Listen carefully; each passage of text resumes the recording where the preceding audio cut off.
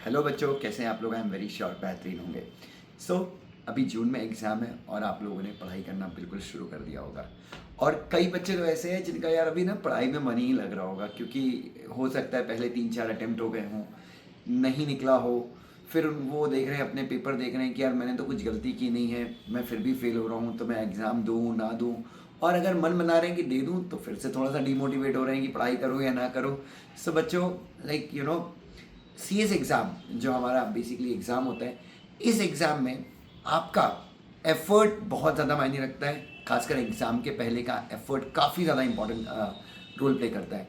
अब जैसे कई बच्चे जिन्होंने मुझे बोला कि सर मैंने आंसर बहुत अच्छे लिखे बट आईसीएसआई ने मुझे मार्क्स नहीं दिए। तो मैंने उनकी जब कॉपी रिव्यू करी, तो जैसे कि एक कॉपी मेरे पास आई जिसमें पूछा हुआ था कि passing of resolution bye circulation क्या होता है।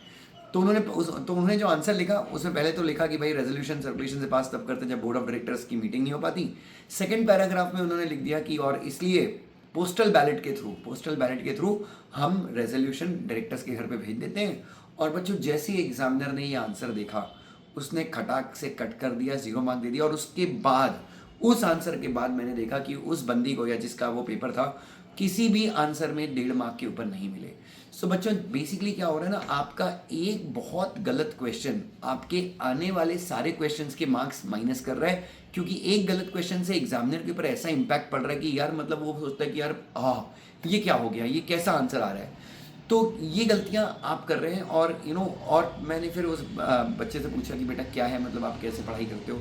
देन उन्होंने रिप्लाई किया कि मैं यूट्यूब पे मैराथन्स देख के पढ़ाई करती हूँ या करता हूँ, जो भी है। सो मैं आपको एक ही चीज़ की एडवाइस दूंगा, बेटा यूट्यूब के मैराथन्स बहुत ज़्यादा यूज़फुल हैं, काफ़ी अच्छे होते हैं। डेफिनेटली हम भी मैराथन्स लेते हैं। बट अगेन आप कोशिश कीजिए कि आप wholesome knowledge, complete knowledge gain करें।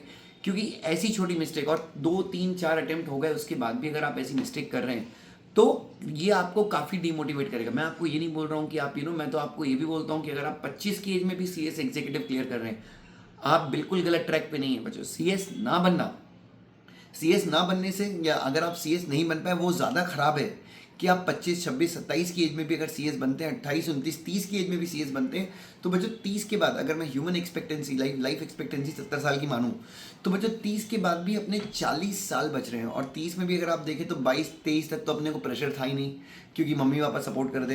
तो स्ट्रगल सिर्फ 7 साल का है, लेकिन उस 7 साल के स्ट्रगल से आपके आने वाले 40 साल बेहतर बन रहे हैं। तो मैं आपसे गुजारिश यही करना चाहूँगा कि डीमोटिवेट मत होइए, हताश मत होइए। कभी ना ये फैक्टर मत लाइए कि मेरी एज ज़्यादा हो गई है और मैं हार रहा हूँ। बच्चों, कोई प्रॉब्लम नहीं है। मैं बोल रहा हूँ, अगर जब मैं 30 का था, अगर मान लीजिए मैं 30 की एज में सीएस बनता, तो 4-5 साल के वर्क एक्स के बाद लगभग 70-80 हज़ार रुपये, 90 हज़ार रुपये आपको मिलने लगते हैं। लोअर साइड पे भी जाए तो 60 हज़ार महीने के मिल रहे हैं। बट सीएस अगर आप नहीं बने, जैसे कि कई स्टूडेंट हैं मेरे जो सीएस नहीं बने और ये फाइनेंशियल प्रोडक्ट सेल करना स्टार्ट कर दिया जिन्होंने, जैसे कि they would be selling mutual fund, insurances, they would be selling some product, कोई कैमरा बेच रहा है। एंड लिटरली मेरा यकीन कीजिए कि वो काफ़ी स्ट्रगल कर रही हूँ। मतलब वो भले उनको सैलरी शुरू में 25 हज़ार रुपये मिल गई, तो दे वर वेरी हैप्पी कि यार मैं, मतलब वो आपको सीएस छोड़ने का एक रिवॉर्ड था कि यार 25 हज़ार रुपये की सैलरी मिल गई।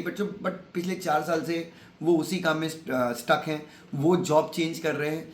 तो मेरा यकीन मानिए कि प्रॉब्लम्स बहुत ज़्यादा हो रही हैं बच्चों। तो आप, निराशा है आपके अंदर, कुछ भी है बच्चों, सिर्फ आप पढ़ते रहिए। अच्छा लगे तो पढ़ाई कीजिए, बुरा लगे तो पढ़ाई कीजिए। पढ़ने का मन है तो पढ़ाई कीजिए, पढ़ने का मन नहीं है तो पढ़ाई कीजिए। दिन अच्छा है तो पढ़ाई कीजिए, दिन खराब है तो पढ़ाई कीजिए। घर पे प्रॉब्लम है तो पढ़ाई कीजिए, घर पे प्रॉब्लम नहीं है तो पढ़ाई कीजिए। लड़ाई हुई है तो पढ़ाई कीजिए, पूजा है तो पढ़ाई कीजिए, शादी है तो पढ़ाई कीजिए।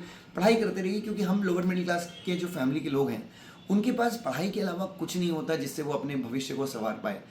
होप कि मेरा मैसेज आप तक पहुंच गया हो। Love you so much, God bless you.